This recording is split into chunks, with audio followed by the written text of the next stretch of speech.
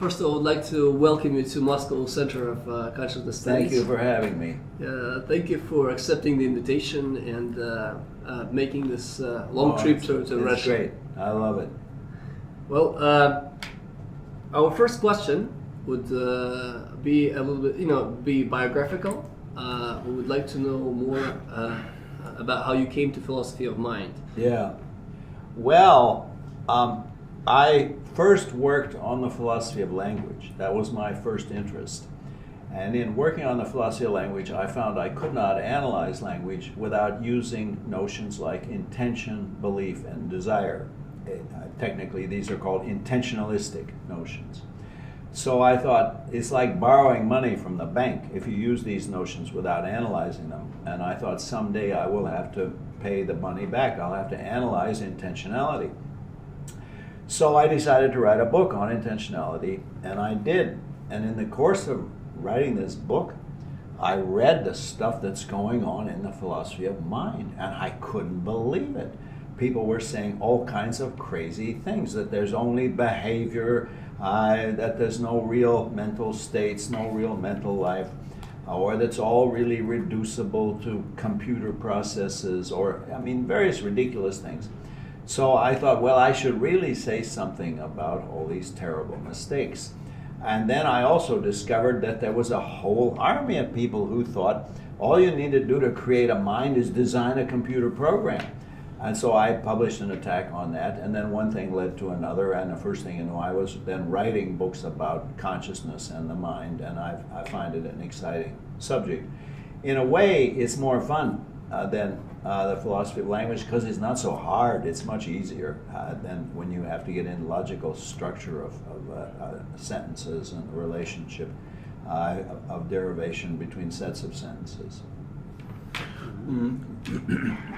Okay, but your book on intentionality was published in 1983. Yes. Right? But in 3 years before this, you published famous paper, yes. Minds, Brains and Programs. Yes. Where your Chinese room was presented for the yes. first time. But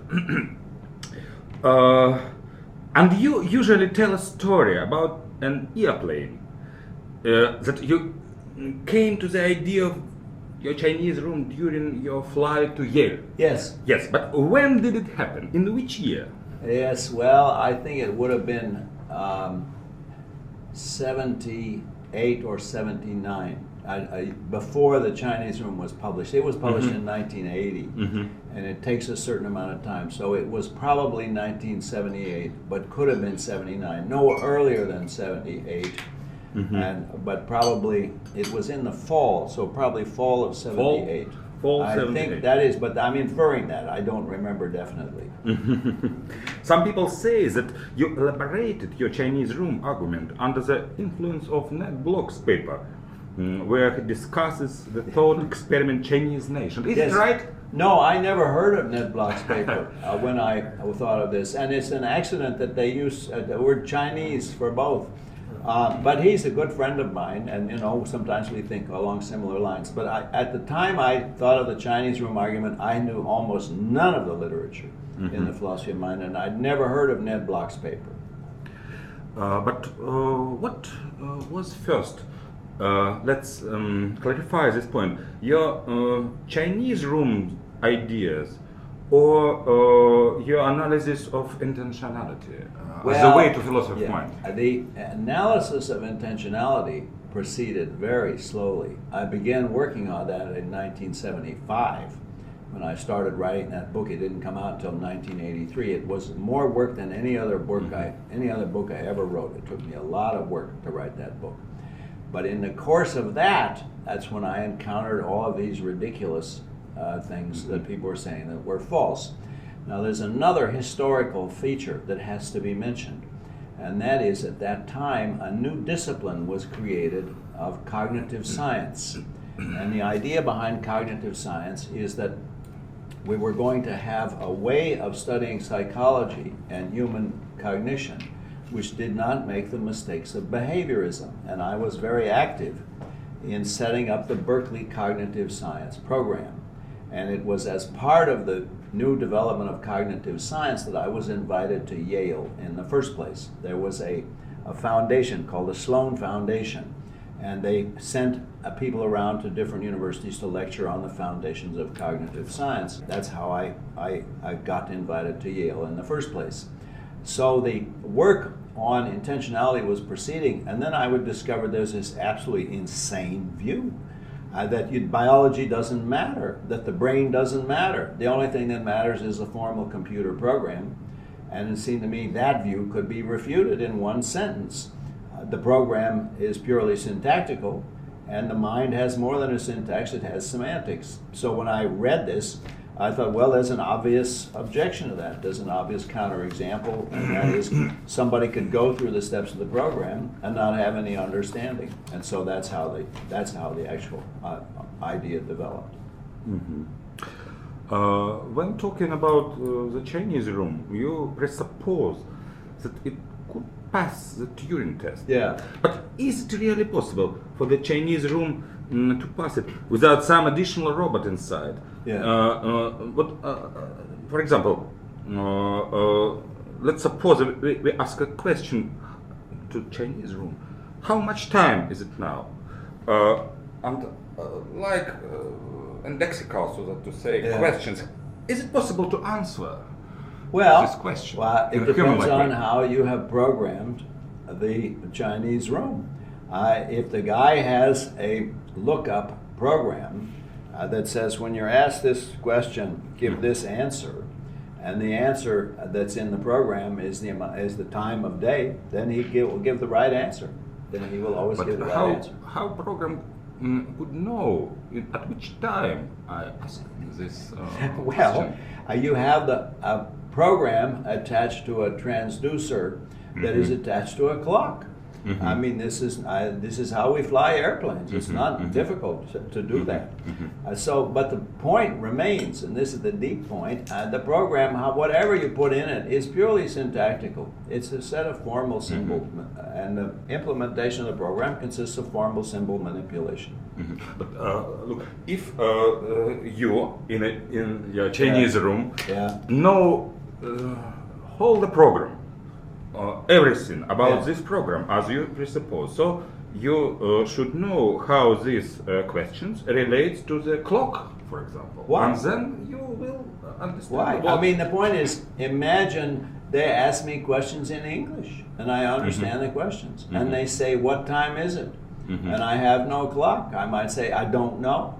And maybe that's the correct answer in Chinese. That's just to say, I don't know. I mean, to pass the Turing test, you don't always succeed in answering all the questions, because sometimes the competent native speaker of a language won't know the answer. If you ask me, what's the temperature in Novosibirsk, I don't know.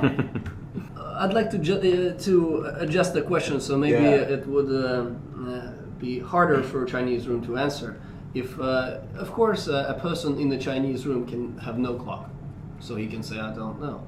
But if you ask a different question, if you ask how much time did it pass from the previous question to the new question, to this question, well, a person, a rational human being, can always identify a difference between 1 minute and 2 days. Yeah. And there's no no limits on Turing tests, so they can ask a second question in 2 days, for instance. So a person having no clock, a person even having no clock would be able to answer that question, not precisely, but it seems that the Chinese room won't be able to. Why not? Just put it in the program. Put in the program that the answer to this question is, when you get a question, how long since you answered the last question? Then you give the answer that means 2 days, or 20 years, or 2 seconds. I mean, this is a matter of how the program is designed. Incidentally, this is true of computers. Computer will have no way of answering that question unless you put it in the computer.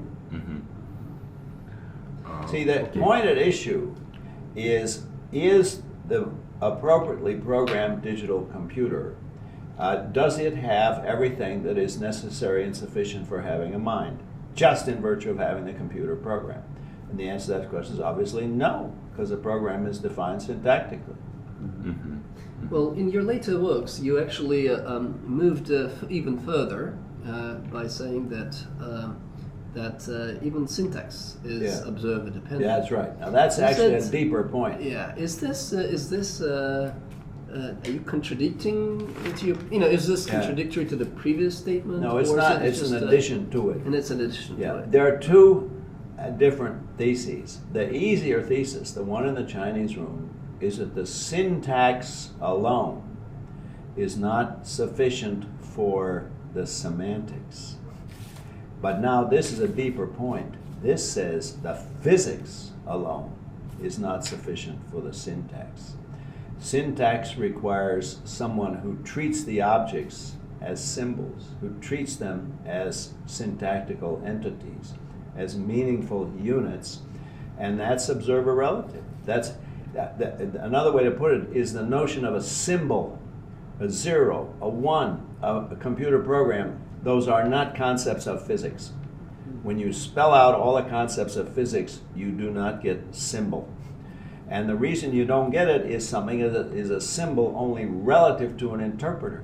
There has to be an interpreter who decides to treat this as a symbol. Now that's a deeper point than the Chinese room, but it's harder for people to get it. The Chinese room's easy, because what it says is, you could sit in a room and answer all their dumb questions, and you still wouldn't understand anything. That seems to be obviously right. But this is a harder point, and this says, what fact about you makes these symbols into symbols? What fact about the physics of you and the marks on the paper makes them symbolic? And the answer is, it can only be attitudes. It can only be because people have decided to interpret them. They produce them with a certain intention, and they use them in a certain way, and they interpret them in certain ways, and that is essential to their being symbols. Something is a symbol only relative to an interpretation. That's a deeper point. Why is it important? Well, because the Chinese room refutes strong AI, the idea that all there is to having a mind is having the right computer program. But there's a weaker version that says, well, maybe cognitive science can be done computationally, even if a computational program isn't sufficient for understanding, because maybe it's just necessary and it's an essential part of understanding. So we can do a science of the mind by studying computational processes, even though that's not all there is to having a mind, is a computational process. And some people have said this, so I call that computationalism, or there are different names for it, cognitivism. But I refute that with a separate argument, and that is that if we're trying to do science here, we're trying to figure out how the world actually works, then the notion of a computer program is only relative to an interpretation. It's not a notion that's intrinsic to a system. And I summarize this by saying the Chinese room showed that semantics is not intrinsic to syntax, and what this one shows is syntax is not intrinsic to physics. It seems that you believe that a Chinese room without, so to say, without robot inside, and Chinese room with such a robot is quite the same Chinese room. At least you say this in this paper, even in that paper. But in the Chinese room with a robot inside, the person which plays the role of a computer doesn't know the whole program of this room. This person doesn't know the robot's part of this program. And in the Chinese room without robot, the person knows all the program. Is this difference is not essential one? Well, in the Chinese room, I am the robot. Mm-hmm. That is, I am there. Symbols come in. I get a symbol on a piece of paper, and I look up in the program, in the rule book, what I'm supposed to do, and I give back a symbol. I behave exactly like a robot. I am the robot. But that's the whole idea. Now, technically speaking, you could say, well, from a computational point of view, I am the central processing unit. I do all the processing. But the point remains the same.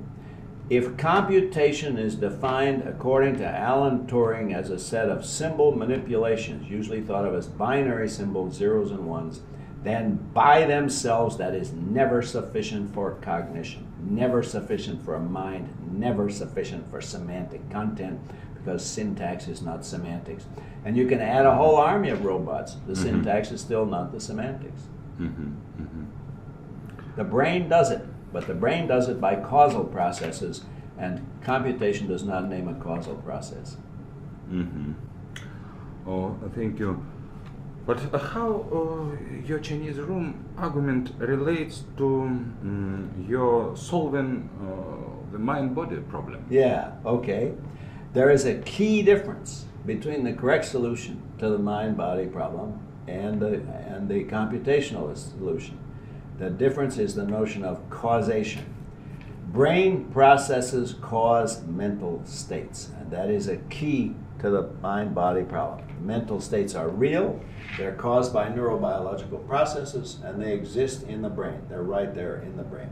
But the notion of a program is not a causal notion. The program is implemented in a causal mechanism, but the actual causation is the computer causes the program to go from one state into the next state. It follows the instructions in the program. But the marvelous thing about the human brain is that it actually causes mental states by bottom-up processes. Processes going on at the neuronal level cause me now to be conscious and cause you to be conscious. Is it possible to solve the mind-body problem, so to say, in a one step? Or to solve this problem we should answer several questions, different questions? Well, it depends on what you count as a solution to the mind-body problem. Question. If it's a neurobiological solution, then it's going to be very complicated, and we don't yet know the answer. We know parts of the answer. Philosophical part of this problem. What? To solve philosophical part. The philosophical problem can be solved very swiftly.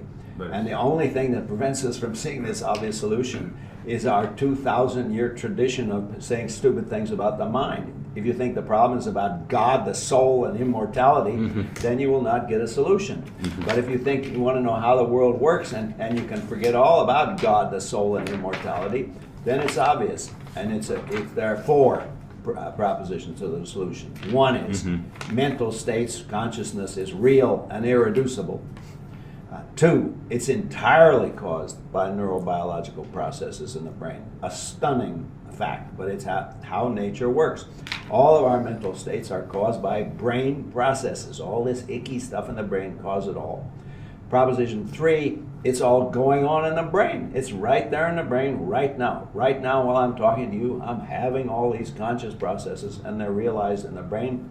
And step four, the consciousness so described functions causally. I decide to raise my arm and the arm goes up. I decide to talk and the noises come out. So it's real and irreducible at step one. It's entirely caused by brain processes, step two. It's realized in the brain, step three, and it functions causally, step four. That's a 4-sentence solution to the mind-body problem. Now, much tougher problem, how does it work in the plumbing? What exactly are the neurotransmitters? Which part of the neuroanatomy is involved? What relations between neuroatomical elements are involved? It seems like your solution is very good for those people that are not trained in philosophy. It seems like the less you're sophisticated the less you know, in philosophy, the better you are. and right. the more science you know, and the less you care about mental and physical, and the less you care about the traditional philosophical the better you are with the solution. Yes. It seems like you're coming to the very beginning, to the very naive state. The way I like to put this is try to forget the whole stupid history. Imagine that we were exactly as we are now. We have exactly our knowledge of the world, including evolutionary biology.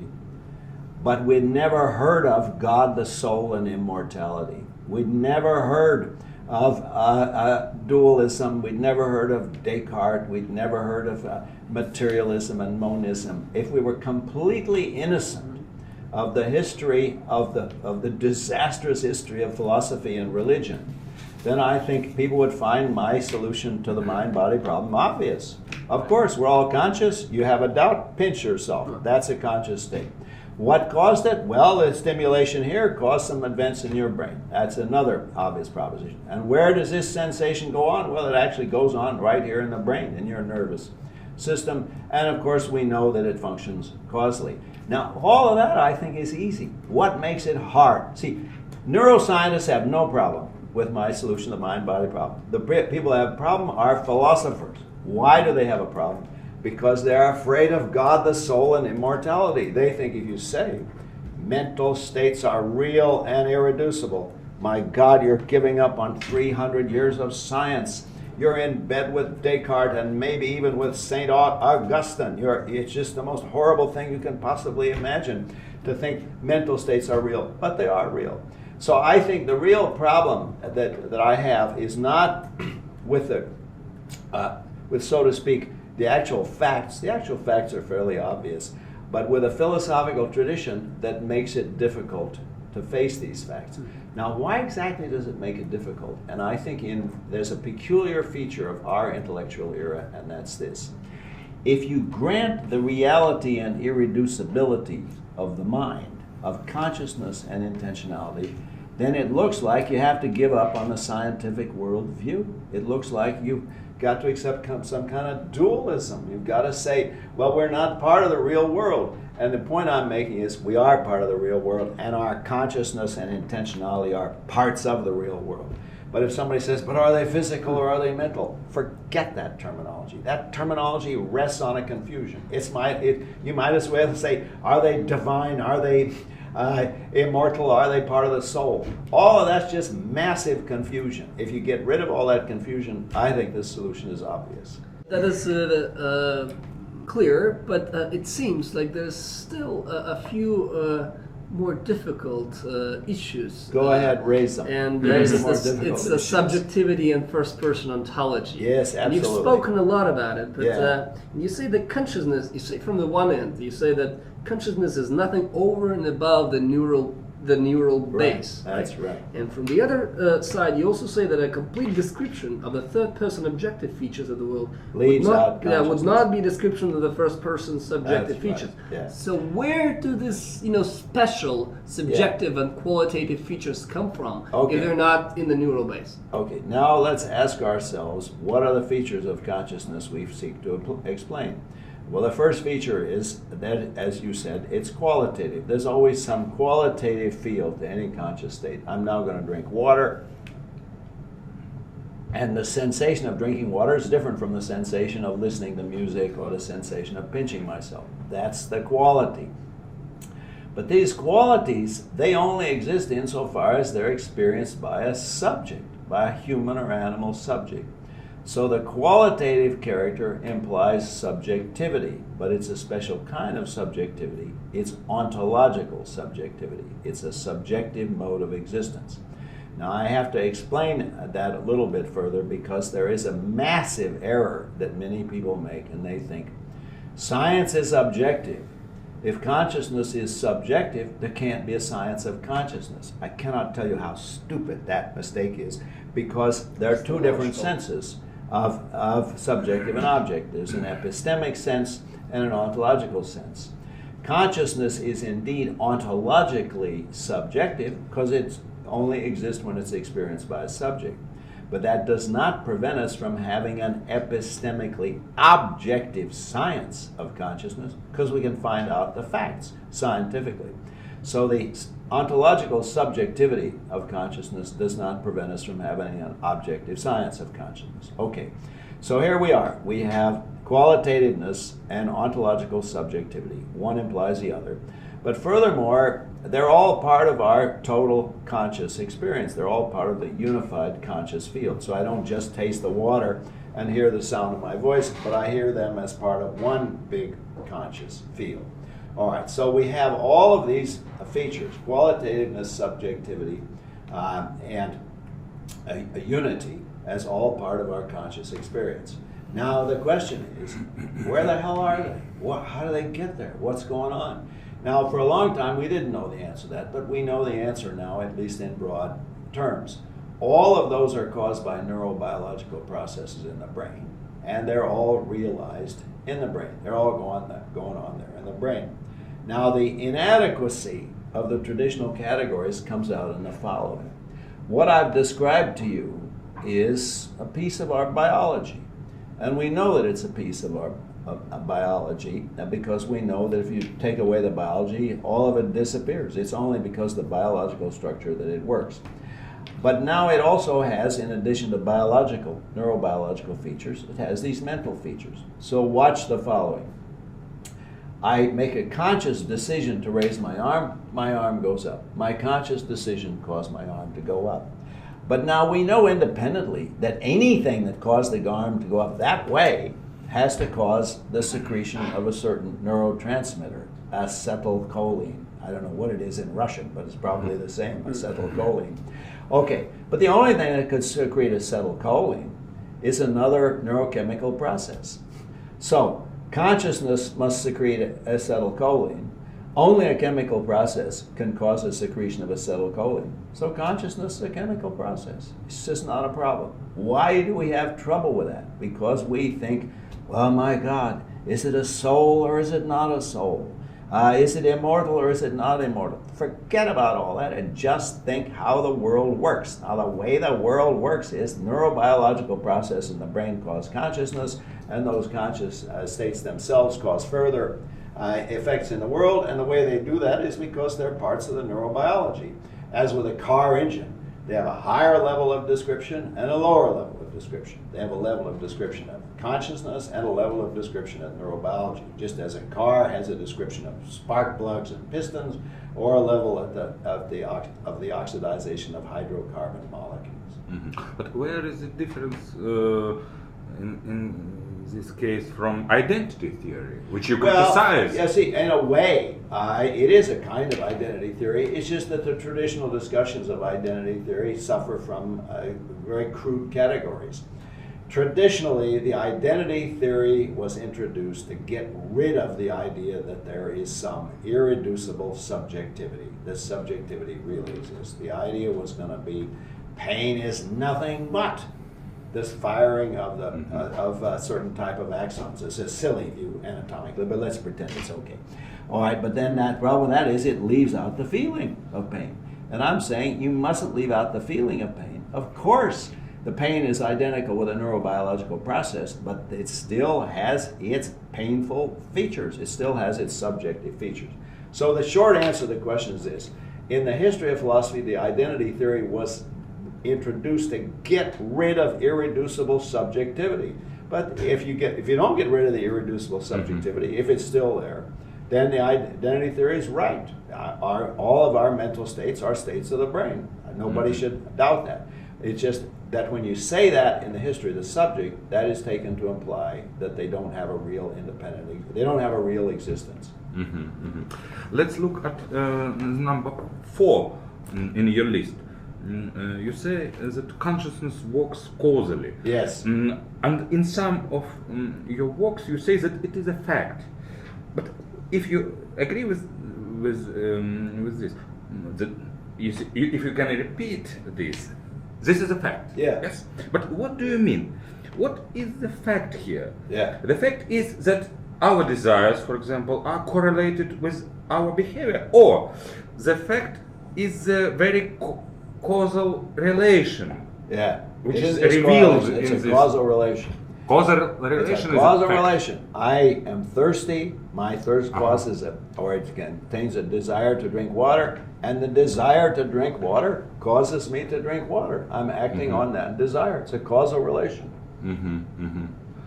It just correlated. It didn't just happen. Maybe every time I have a desire, I get a stomachache. That's a correlation. But I'm not acting on my desire. But when I act on my desire, then I want more than just the fact that the one happens on the other, but I act on the desire. I make the desire effective by acting on it. So it's very interesting. You believe that we immediately comprehend not only a correlation of desire and behavior, but the very causal relation. But it seems that you should, in such a case, you should say that, Leibniz's pre-established harmony theory is logically impossible because. Well, I don't know if it's logically impossible, but it's not how the world works. The way the world works is, I don't just observe when I want to raise my arm goes up, but I observe myself making it go up. At any given point, I can stop it, go farther. And notice, it's completely in my control.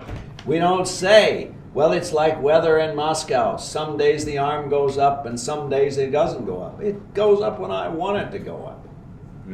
I have complete control over it. I mean, unless I have a fracture or I had too much to drink or whatever. But in a normal circumstance, I have complete control. This, incidentally, I said earlier the philosophy of mind was easier than the philosophy of language. All of this I find very easy. And I think part of the reason I find it easy is I never learned much of the history of philosophy. I never read all this, you know. You have to remind me what Leibniz said and Nettie Block, and I never was part of that history. I just came to it, so to speak, with ignorance, and that gave me an enormous strength because I'm not terrified by dualism, monism, the identity theory. I think it's all a massive bunch of confusion. In many of your books, you state that when it's concerned, we're discussing consciousness, the appearance is the reality. And now you're talking about the evidence of the first person perspective. But from empirical science, we know that in many cases, the subjects could be erroneous about their own experience, about their own consciousness. And sometimes the subjects even have a few, like two different versions of appearances. So, do you find when you say where consciousness is concerned, the appearance is the reality? It means that the appearance is true, right? So do you find that there is a contradiction? No. Or let me state it precisely. When I'm stating this very carefully, and I think you may have misquoted me slightly, what I said is, where the very existence of consciousness is concerned, the appearance is the reality. Because if it consciously seems to me that I am conscious, then I am conscious. I can make all sorts of mistakes about the content of my consciousness. So I thought I was in love, but I just had a lot to drink. She looked good. The light was bad, or whatever. So that's a case where I'm mistaken about the content. But where the very existence of qualitative subjectivity is concerned, if it consciously seems to me that I'm conscious, then I'm conscious. I can be mistaken about the details, about the actual contents. As I said, I can. And these are very easy to produce. All kinds of psychological experiments have been done where people will misdescribe their own mental states. But the dimension of the mistake is different. The dimension of the mistake in a normal thing is the distinction between appearance and reality. But that's not the dimension of the mistake when I misdescribe my own experiences. There, it's something like interpretation or not paying sufficient attention or various other factors. But if I think I see a bottle of water and then I reach and there is no bottle of water, that's an appearance that didn't match reality. And that's one model of mistake. But where the very existence of consciousness is concerned, you can't make that distinction. And then the features of consciousness that I can be mistaken about, I think I'm in love, but I'm not really in love, for example, or I think I'm being completely calm when in fact I'm quite angry. That's a different type of mistake. That's a mistake about interpreting, predicting, and so on. Well, let's suppose that you can't make a mistake that you're conscious now. But can you have an illusion of being conscious in the past? For instance, can you be mistaken that you were conscious, for instance, during the dream? Can you be mistaken that you actually experienced? You can have mistaken memories, sure. But then, this is very good, but then don't you think that every statement about conscious state is actually a statement about the conscious state in the past? Well, This is a question about short-term and iconic memory, and I don't think you can have a coherent consciousness without short-term iconic memory. When I begin a sentence, I have to remember the beginning of the sentence, or I can't complete the sentence. So I have to have some scanning ability, and that is part of the consciousness. And if that breaks down, you get really totally pathological forms of consciousness, where the person has no coherent form of consciousness. But if I'm conscious enough, if I have enough coherence to be able to form the hypothesis that I'm conscious, then I am conscious. Maybe just one question about the structure of our consciousness. Yeah. You have a theory about background. And in one of your books, Mind, Language and Society, you talk about so-called default positions, ontological positions we take for granted. Yeah. Can you tell us a few more words about their nature?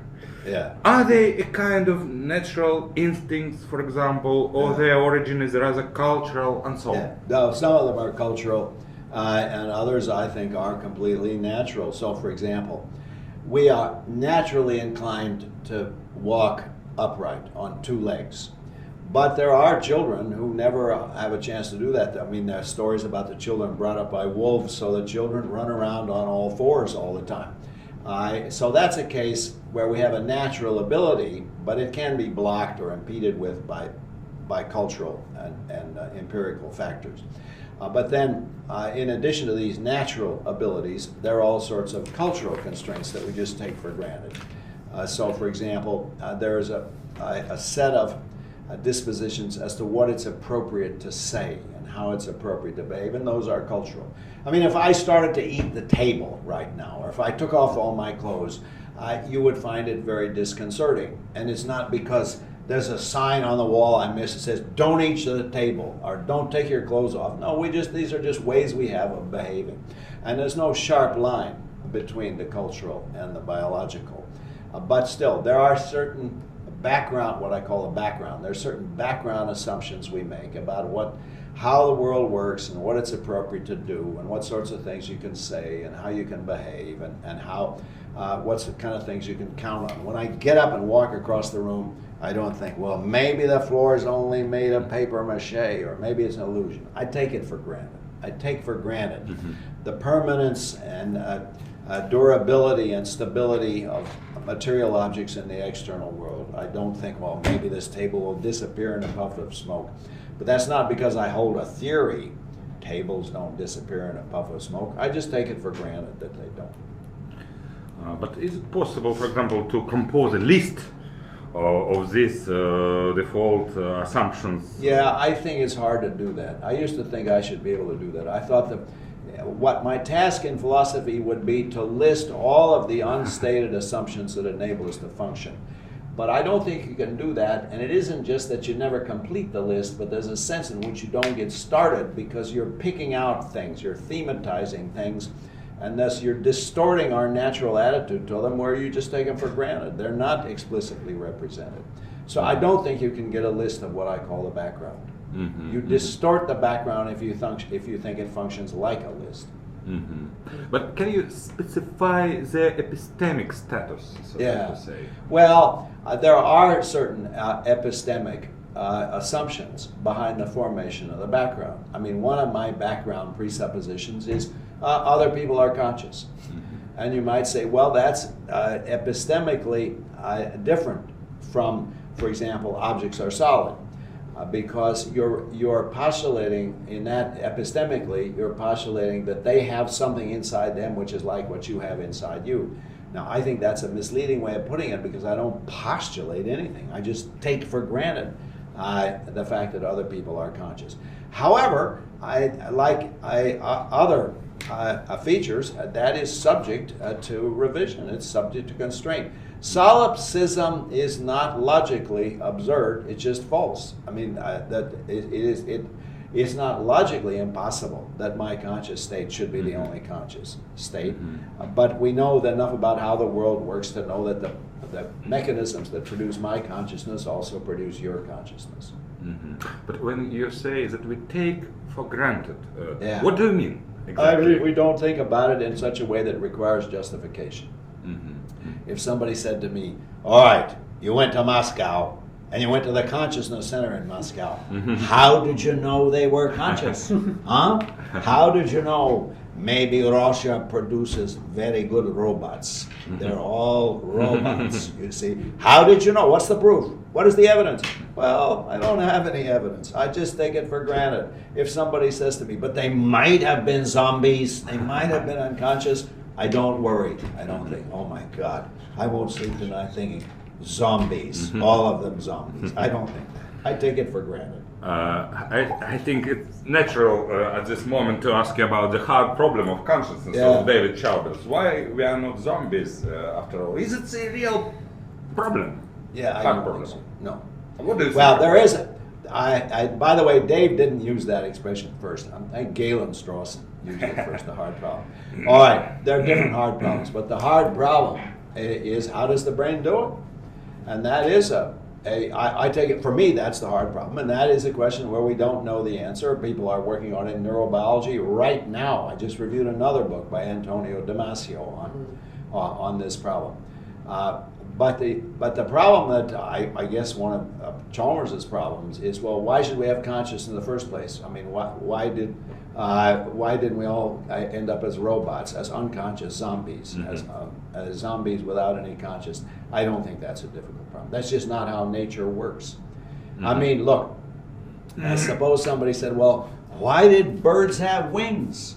You know, you can imagine them going around with rocket engines. Rocket engines would be faster than wings. Yeah, well, could be, but that's not how evolution works. Evolution doesn't produce rocket engines, and evolution doesn't produce people capable of extremely complex behavior without consciousness.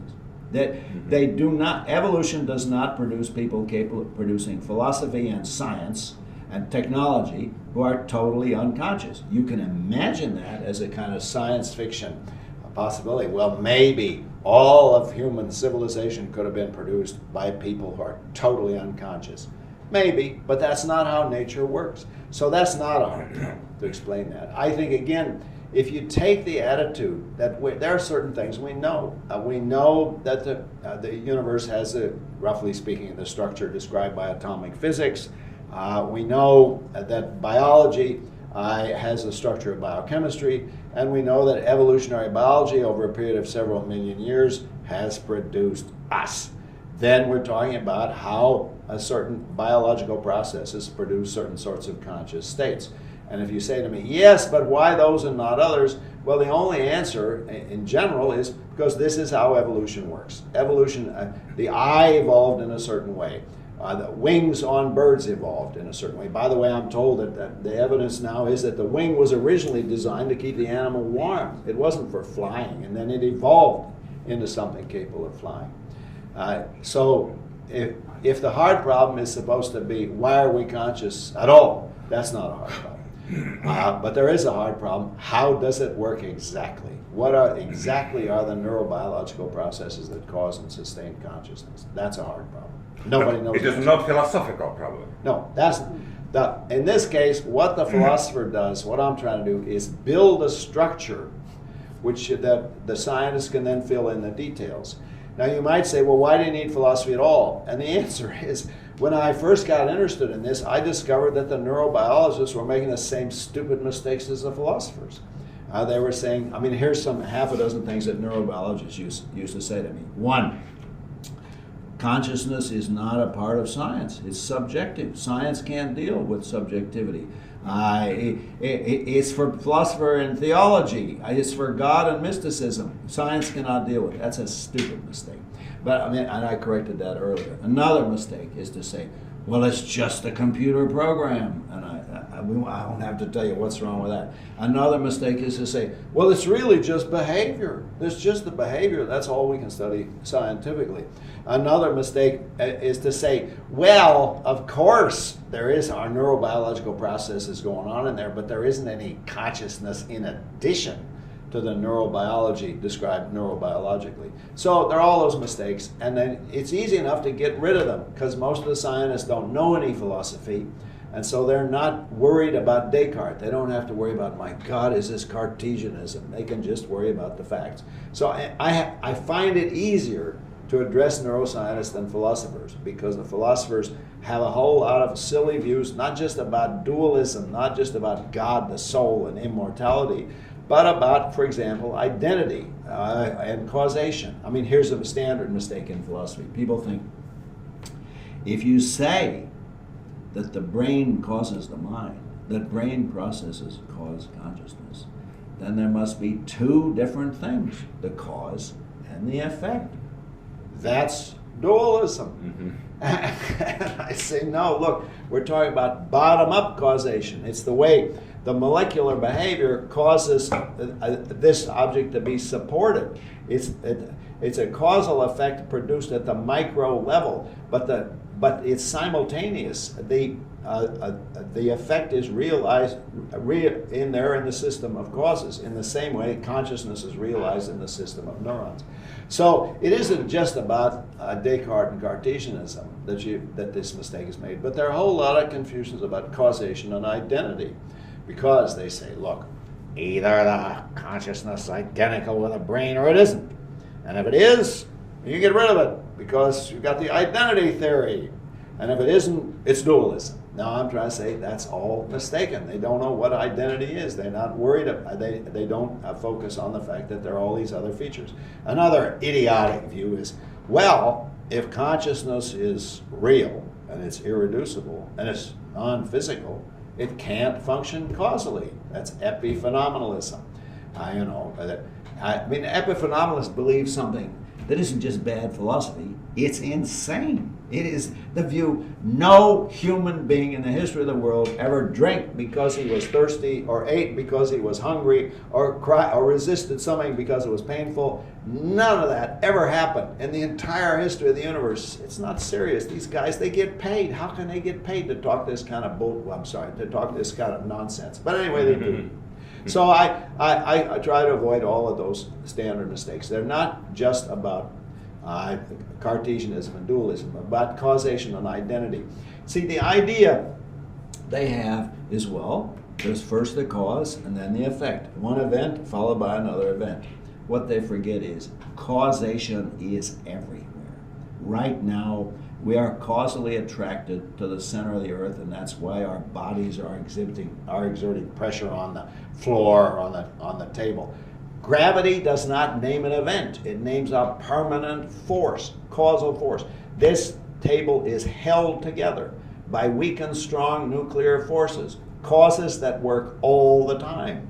And it's true, when we're interested in explaining things for controlling them, we want to know discrete events. What causes cancer? Does cigarette smoking cause cancer? Okay, then we pick one event and another event. But that shouldn't blind us to the fact that in real life, in the real structure of the universe, causation is pervasive. Causation is not a matter of one event followed by another event. And the most important forms of causation are often bottom-up causation, where the behavior at the micro level causes the surface features. And that's how it is with consciousness. You clarified in your books a lot about the structure of the of consciousness, and you also clarified the notion of agent in a way. Can you explain it a little bit, perhaps a little bit more? You say that all conscious states only exist as experienced by an agent. Yeah. And can you specify who is that agent, and where is he located? Well, of course, what we're talking about is certain types of neurobiological structures. Now, they have remarkable abilities, however, because they don't just give me a sequence of unrelated conscious events, but they give them to me as all of part of a single unified conscious field. And one of the remarkable features of that conscious field is its capacity to initiate actions. And this is sometimes called the problem of agency. Now, in the exact quotation that you gave there, I don't know that the word agent is what's essential. Conscious subject might be good enough. Yes. But if you're going to explain actual human beings, you have to explain this remarkable capacity that we have for deciding to do something and then doing it. I decide to raise this glass and then I actually raise it. Now that's a remarkable ability. Again, it's possible to imagine that evolution might have produced us like conscious trees, where we can observe what's going on and we can't do anything about it. But it's clear that the enormous evolutionary power that we get from consciousness is not just that we take in an enormous amount of information in a single unified conscious field, but we can act on it. We can do things with it. I can see the glass, I can feel thirsty, and then I can pick up the glass and drink. A stunning achievement. By the way, the last time I looked, robots, the existing state of robots, very hard to get them to do anything like that. If the robot walks into a room it's never been in before, and is told, go sit down and pick up the glass and drink it, it will first of all take the glass in its metal hand and crush it. I mean, there are all kinds of things that for us are rather easy. It's very hard to program the robot to do it. In the end, they will succeed in doing it. Why are the robotics so backward? Why does it take so long? And the answer is nobody knows how to make a conscious robot. See, if I was totally unconscious, I had no perceptual or active consciousness, then it's hard to see how I would be able to cope with this environment. I'd just be lying on the floor. Maybe a question about unconsciousness. Yeah. Can you clarify your position on this topic? Okay. When in the early days of cognitive science, people wanted to avoid talking about consciousness because they thought consciousness is too mysterious and mystical, and if we grant its existence, we'll be back in bed with Descartes and God, the soul, and immortality. So they thought we can talk about something else. Information processing. So we will have a science of cognition, but it will be about information processing. And information processing doesn't have to be conscious. Most of the information being processed in me is processed unconsciously. So the idea was we will have a science of cognition with no reference to consciousness because we can discuss unconscious information processing. And indeed, we can postulate mental states and processes that are so unconscious, they're not even the kind of thing you could become conscious of. The child couldn't possibly become conscious of the complex rules of universal grammar that enable it to earn a language. Now, I attacked all of that, and I said, you have to distinguish real unconscious mental states from non-conscious processes going on in the brain. There are non-conscious processes going on in the brain that have no mental reality at all. The secretion of the neurotransmitter serotonin in the synaptic cleft of the neurons is not an unconscious mental process. It's non-conscious. It has no mental reality whatever. Okay, but there are mental states going on that do have a psychological reality and which are not conscious. And an example Freud liked to use was the example of hypnosis. Under hypnosis, you get people to do things which they're not conscious of doing, and yet we know that they have motivation for doing them, even though they're not conscious of it. So to take a famous example, the person comes out of the hypnosis and he's been told, when you hear the word Moscow, go and open the window. So the discussion goes on, and somebody says, well, we do a lot of hypnosis here in Moscow. And the guy suddenly says, it's hot in here. I want to open the window. We don't have any fresh air in here. We need some fresh air. And then he gets up and opens the window. Now, what's interesting about that case is he has what he thinks is a conscious, rational reason for doing what he does. But we know his real reason. His real reason is that he's acting on an unconscious motivation. So I think we have to postulate the unconscious. I think there are unconscious mental states in addition to the non-conscious mental phenomena, non-mental phenomena, as for example, when I just have neurobiological processes neurobiologically described. What is the dividing line? The dividing line between all the stuff that goes on in the brain that has no psychological reality at all, and those that are genuinely unconscious mental states is that the mental states are the kind of thing which, though not conscious, in fact, could become conscious. It's true that the guy isn't aware why he's really opening the window, but his motivation is the kind of thing that he could become conscious of. Now, what's the argument for that?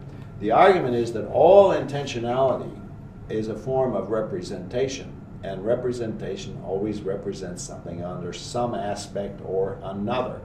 And in order to identify the aspect under which you represent something, you want water and not H2O, for example, you have to be able it has to be the kind of state that could become conscious, because only in consciousness does the aspectual shape of the intentionality become manifest. Only there does it become apparent. Now, that's a harder argument to grasp, but it's an argument of what I call a connection principle. And the point of the argument is, we understand the notion of an unconscious state only as the sort of thing that might become conscious. It may be unconscious because it's repressed, or the guy's under hypnosis, or he had brain damage. But it has to be the sort of thing that the person could be conscious of. Otherwise, it has no psychological reality. It's just a non-conscious neurobiological process. So, and I think, and as I describe it, there are lots of unconscious mental states. Freud's maybe exaggerated the number, but still, there are cases where people have mental states of which they are unconscious.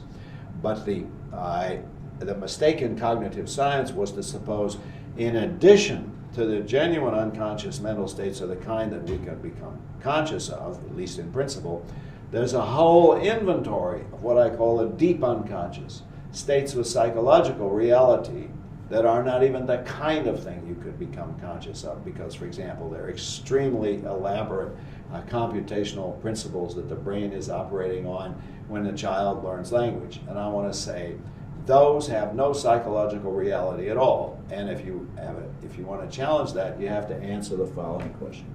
What fact about the brain state then and there makes it mental?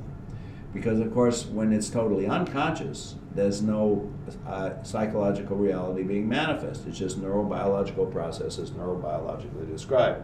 And if you ask, well, what fact about it makes it mental? The answer is, it is the kind of thing which is capable of existing in a conscious form, because in a conscious form, the aspectual shape, what I call the representational features, will become manifest. Then it's obvious. There's an obvious distinction between wanting water and wanting H2O, even though water is H2O. But a person might want water and not want H2O because he doesn't know about H2O, doesn't know about the chemistry of water. Yes, but what fact about it when it's unconscious makes it that mental state and not some other is the fact that it's the kind of thing that could become conscious. So, though there are plenty of unconscious mental states, you don't want to confuse them with non-conscious processes going on in the brain that have no psychological reality at all. Why is that important? We want a science of human cognition, and in that we have to distinguish between the psychological reality, which can exist at the unconscious level, and all sorts of neurobiological processes with no psychological reality at all. The unconscious mental states might have psychological reality. Yes. See, when the brain is totally unconscious, there's nothing going on in there except neurobiological processes neurobiologically described. But we want to be able to say things like, even when I'm sound asleep and totally unconscious, I still believe that George Washington was the first president of the United States. Now the question is, what fact about me, then and there, sound asleep, totally unconscious, makes it the case that I believe that George Washington was the first president of the United States? It's true, right then and there. I still believe it even though I'm not thinking about it. And the answer is, what makes it true is that I have a brain state capable of producing that in a conscious form. Ironically, I give a kind of dispositional analysis of the unconscious because the reality of the unconscious when unconscious is neurobiological. So if it's going to be mental, it's going to have aspectual shape, then it must be the case that we analyze it dispositionally. So there's a certain irony, because I reject dispositional analyses of the mental in terms of disposition to behavior. That's behaviorism. All the same, I want to say there is a dispositional analysis of the unconscious, But the disposition, the causal mechanism, is a mechanism capable of producing the state in a conscious form. I think that's obviously right. I can't tell you how much fury that gets, and I think, well, with good reason, because a lot of these people are out of business. What they've been doing is postulating all kinds of extremely elaborate computational processes, which they say are going to explain human cognition, but they have no, consciousness has no access to them. Now, well, what's wrong with that? Well, now we have the other objection that I made earlier. It's all observer relative. You're not talking about what's intrinsic to the actual operation of the brain. What you're talking about is an observer relative set of processes that you might assign. You might give an interpretation of these processes as a way of getting a better understanding of them. But it's not science. You're not actually describing causal mechanisms. We discussed consciousness a lot, and thank you very much for this. For those explanations, but there's another issue, philosophical problem that is related to the problem of consciousness, is the problem of personal identity and the self. Yeah. So maybe we can briefly touch, this point. What do you think of the self, and do you think that self can be duplicated? Yeah, I think we do not have a very clear notion of the self, either in philosophy or in common sense. And there are lots of different notions that need to be distinguished. Now, insofar as there are certain features of my life that make me think that I am the person I am and I have the history I have, in principle you could replicate that by making a molecule for molecule identical being, assuming that that the molecular structure is sufficient to cause the mental state. So you could build a guy who had exactly my type of conscious states, who claimed to remember the events that in fact occurred in my life. I don't see any obstacle to that in principle. So that's not the point about personal identity that worries us. The point about personal identity is what fact about me makes me me. And I think there are a series of facts. There isn't just one. One fact is that I have a continuity of my body. But obviously that's not sufficient, because you can imagine I might wake up in a different body, like Gregor Samsa in the famous short story by Kafka. So that's not the whole story. Now, another fact is a certain sense of myself, and this is based on memory. I remember who I am. I remember things that have happened to me in the past, and I think Leibniz was right that if I woke up one day as Emperor of China, but I had forgotten everything that ever occurred to me, I didn't even remember how to speak English, then there's a sense in which it wouldn't be me any longer. So I think memory is crucial. The combination of the continuity of consciousness, Locke called this consciousness, together with the continuity of the body, where the continuity of consciousness is supposed to guarantee memory, those go a long way. Now, a third feature, I think, is and this is more from a third-person point of view, is some continuity of dispositions to certain kinds of behavior, certain personality types. And here we get to the famous case of Phineas Gage. Phineas Gage was a railway worker in the 19th century, and a steel bar went through his brain. Miraculously, he lived, but he had a totally different personality. He used to be a nice, agreeable guy, and he became nasty and mean. And people would say things like, he's a different person. And in a sense, from their point of view, he is a different person. So that's another feature that operates as well, the continuity of personality. Now, a fourth feature that's harder to describe, but you want to be able to say that changes are in a regular fashion. So if I went through dramatic changes. One instant I thought I was Princess Diana and I had all of her memories, and the next instant I'm back to being me.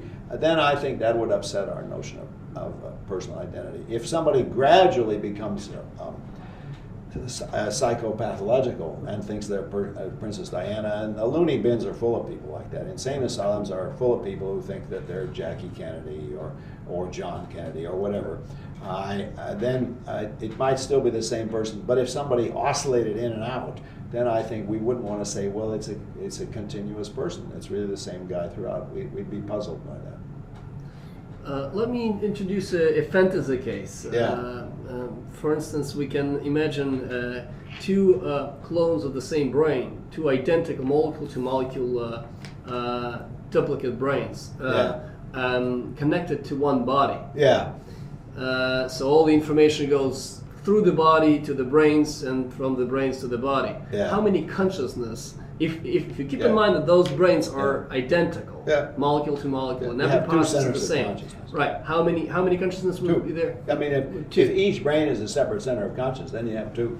I mean, if you have Siamese twins with two heads, let's say, then you've got two centers of consciousness in one body. It must be very upsetting, but I don't see any way to avoid that conclusion, given that we know that consciousness produced in the brain, presumably in the thalamocortical system, but we don't know where, but somewhere. I mean, we think the cerebellum probably doesn't matter much for consciousness. But clearly, consciousness produced in the brain. If you had two heads on one body, you'd have two centers of consciousness.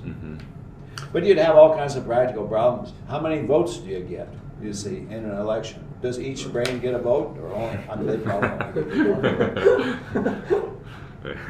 What about freedom? Are we free after all? And in which sense? Well, okay, here's the puzzle about freedom.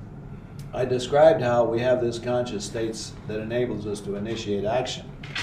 But we do that normally under the presupposition that we could be doing something otherwise. So I raised my right arm, but I could have raised my left arm. And now we sense a causal gap between the reasons for doing something and are actually doing it. Our reasons for making up our mind and are actually making up our mind. There's a causal gap between the antecedent of the action in the form of reasons for the decision, and another causal gap between the decision and the onset of the action, and a third causal gap between the onset and the continuation to completion. Now, where that gap is phenomenological, that is, we perceive a causal gap, and the name of that gap is the freedom of the will. Now, the question is it real? Do we really have free will? And I think we don't know the answer to that because we don't know enough about how the brain produces consciousness. I can describe a case where it would turn out we do have free will and another case where we don't. And I'll do that in a moment. But the problem right now is that we don't know. We're not sure if we have free will. But there is an extra twist to this, and that is we cannot exist except on the presupposition of free will. So even if I become convinced that I lack free will, all the same, I have to make decisions on the assumption that I have free will. Somebody says, well, what do you want to eat for lunch? Do you want salad or do you want beef stroganoff? That's the choice. I can't say, well, I'm a determinist. I'll just wait and see what happens. Because even if I say that, that only makes sense on the assumption that that was itself a free action on my part. The refusal to exercise free will is only intelligible if it's an exercise of free will. Okay, so that doesn't mean that it's true that I have free will. It means if it's an illusion, it's different from other illusions because you can't get rid of it. See, if I become convinced that color is an illusion, I can live my life on the assumption that it's an illusion. It's not really brown, it's just the reflectance of light waves. But I can't in that way live my life on the assumption of determinism because to adopt the presupposition of determinism is already intelligible only as a free act, only as a conscious free act. When you make up your mind, you have to presuppose alternatives open to you. However, to repeat, that doesn't show that we have free will. It just shows that if it's an illusion, it's different from other illusions.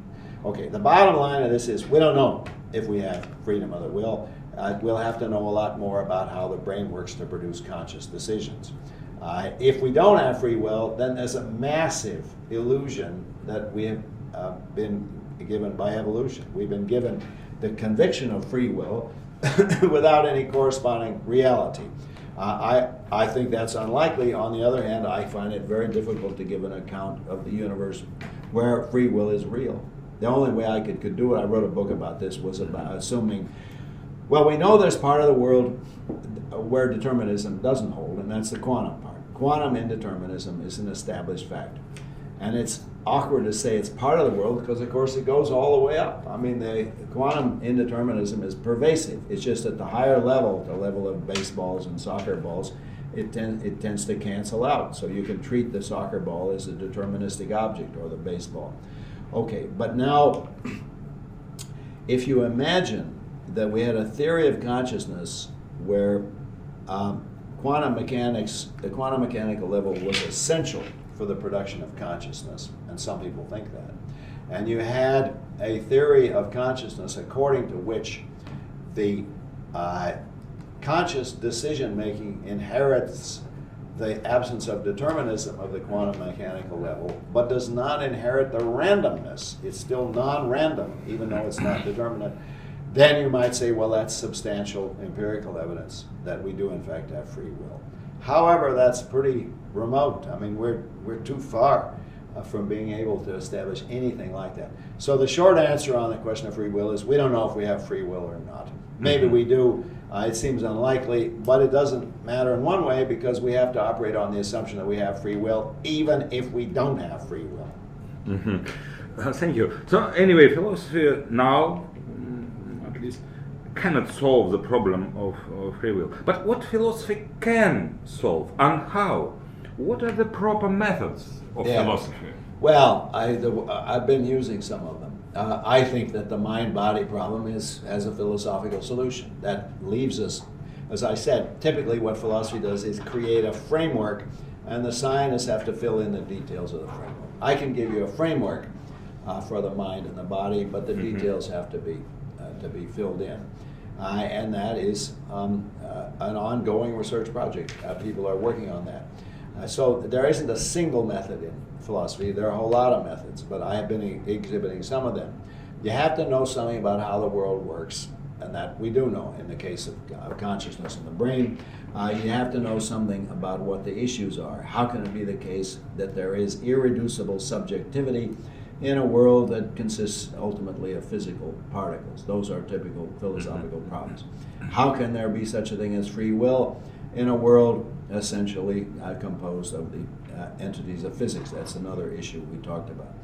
So tell me the problem and I'll tell you what I think is the right philosophical way to go about it. Now, one way in philosophy, that one way I've been using in the past hour, is always to ask what fact corresponds to the claim? What fact corresponds to the claim that I'm conscious? What fact corresponds to the claim that I have unconscious mental states?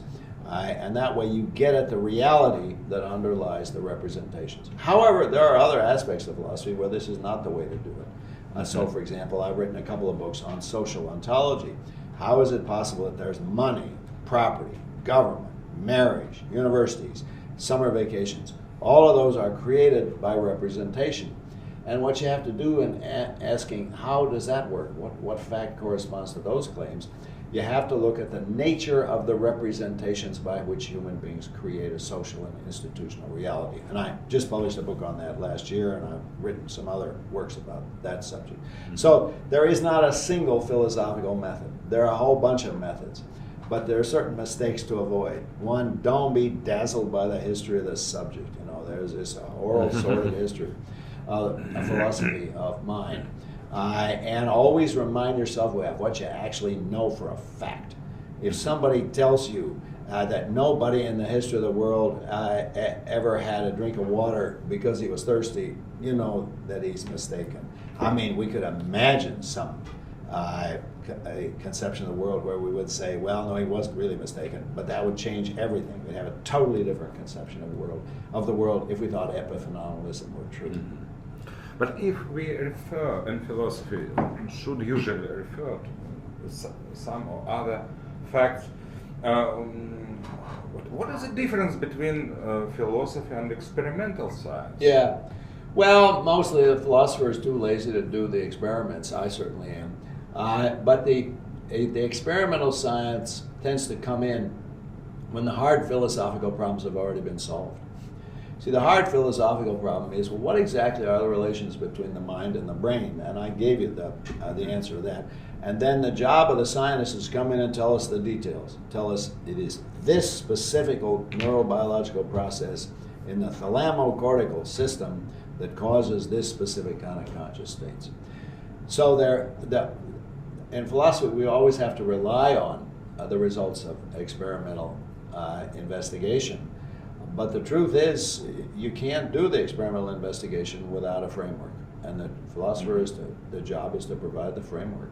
But this framework is conceptual framework. In general, yeah. In general. I mean, there's some, What does it mean? often the concepts are built on top of an underlying physical reality. So the conceptual framework of our institutional structures of money and marriage and government and private property, those are built on the fact, on certain empirical facts about human beings. Namely, we are capable of cooperating with each other.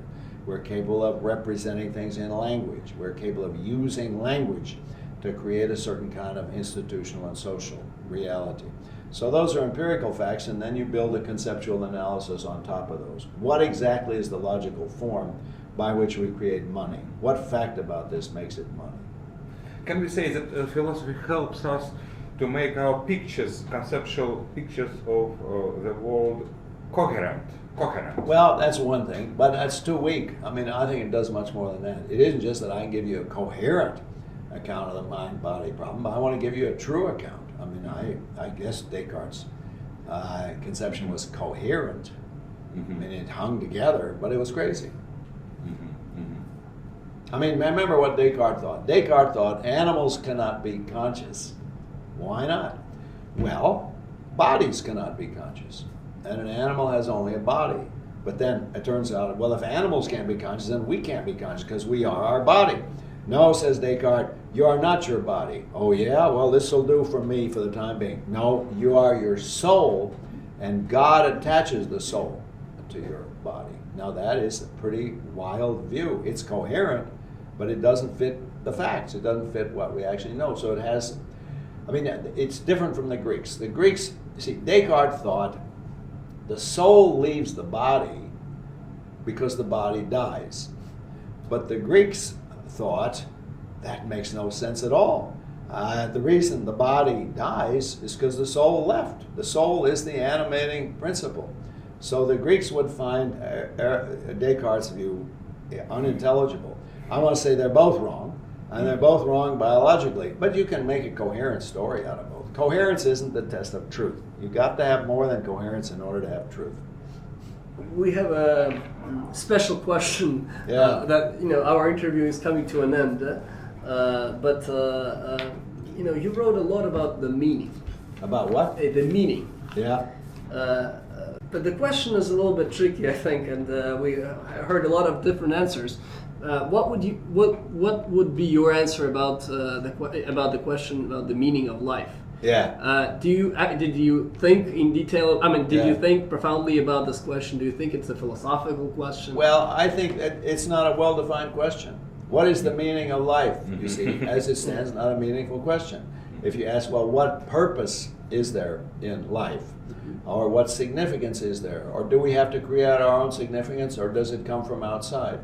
You can make coherent questions out of it, but if somebody says, what is the meaning of life? Well, they usually don't know what they're asking. They don't know what's supposed to... This, incidentally, if you ask, well, how many political parties are there in the United States, I can answer that, but because I know the candidate answers. But if you ask, what is the meaning of life, I'm not sure what the candidate answers are supposed to be. I think it must be things like, is there an overall purpose to life? If the question is, well, no, are there good lives, are some lives better than others, then I can answer that question. I can tell you that if you do certain kind of good work and you have certain sorts of social relationships and you have loving relationships of certain kinds, then you have a good life. And you have to be healthy and you have to have some level of prosperity. But I don't know if that's what people want when they ask for the meaning of life. If you ask me, what are the constituents of a successful and happy life, I can tell you that. But that, I think when people ask for the meaning of life, they want something more than that. They want to know something else. And I don't know what it is. Now, what is the purpose of life then? Yeah, I don't think it has a single purpose. I think we have to make up our own purposes. But the purposes that we make tend to be more realistic. They tend to be more satisfactory if they fit with our character as biological beings of a certain kind, specifically a certain sorts of rational biological beings. So in my case, part of the purpose of my life is to use my brain to create structures of truth, to create structures that, at least the best I can do, which are true accounts of the problems that puzzle me. However, that's not for everybody.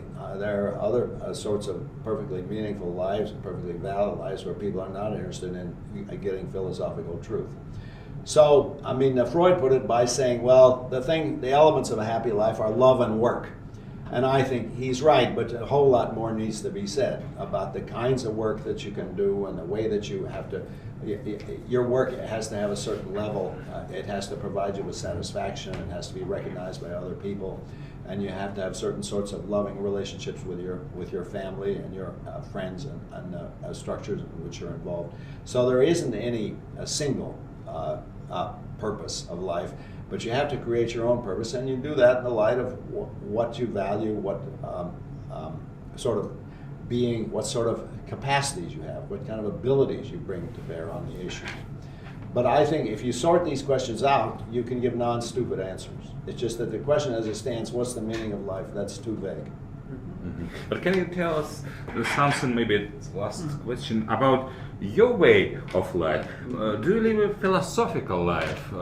Well, I think, no, I wouldn't ask anybody to imitate my way of life. I don't work hard enough, and I'm too lazy, and I always get easily distracted by other things. I like to ski, so I spend a lot of time skiing, and it's a source of great satisfaction, and maybe it keeps me sane. But I think if somebody said, but do you really think you made the best use of the time that you had? No, I wrote a bunch of books, but I could have written more books. And I solved a bunch of problems, but I could have solved more problems. So I'm not recommending that anybody imitate my particular mode of existence, but it's the one I've chosen. But maybe one small question. Maybe you tell us something about your future books. Yeah, well, I'm working on several books right now. I want to write, I wrote a book called Mind, A Brief Introduction, and it was sort of... It was published already. Yeah. Oh yeah. And I asking you about your future. Yes, and I'm telling you my future. I wrote a book called Mind, A Brief Introduction, and the publisher likes it and wants me to write a book called Language, A Brief Introduction. Mm-hmm. And I will try to do that, but that's much harder because you have to go into logic. You have to go in the relationship between language and logic. And as I'm out of sympathy with mainstream philosophy of mind, so I'm out of sympathy with mainstream philosophy of language. But there's a difference, and that is mainstream philosophy of minds makes just obvious and stupid errors. Materialism, dualism, those are just obvious mistakes, or I think they're obvious, and you can point out that they're mistakes. Language is much harder. The mistakes there are much more intelligent.